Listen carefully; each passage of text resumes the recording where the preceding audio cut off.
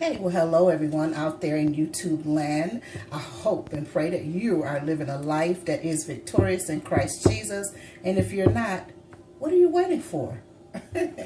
Sorry, I hope all is well with you. I'm so sorry that the other video cut off, but nonetheless, so I got everything cleaned off, cleaned up. These are the pots. This is the one with the I need to rinse this some more. It's slick. This is the one that I did the short rib, the ribs in. Nice and clean. Nice and clean. Oh, sorry. Nice and clean. Everything is there. Now, I did, like I said, I was soaking the one with the popcorn in it. I did have to soak it, and I put some hot water in it, boiled hot water in it. But I also did put a little bleach in it, so that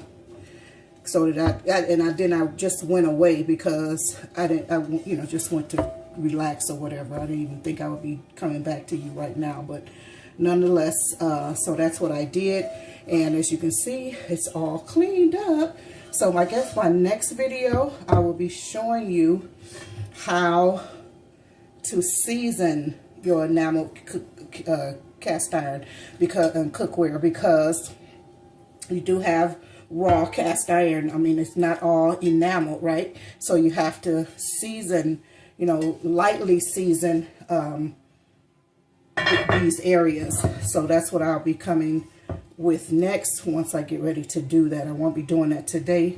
I'm going to dry these and let them rest, and then I will be coming back with the next video. So yep, hope all is well. So anyway, I want to show you also, oh my goodness, this cucumber and lily from White Barn. It smells so beautiful. Oh, it is so refreshing, so clean, so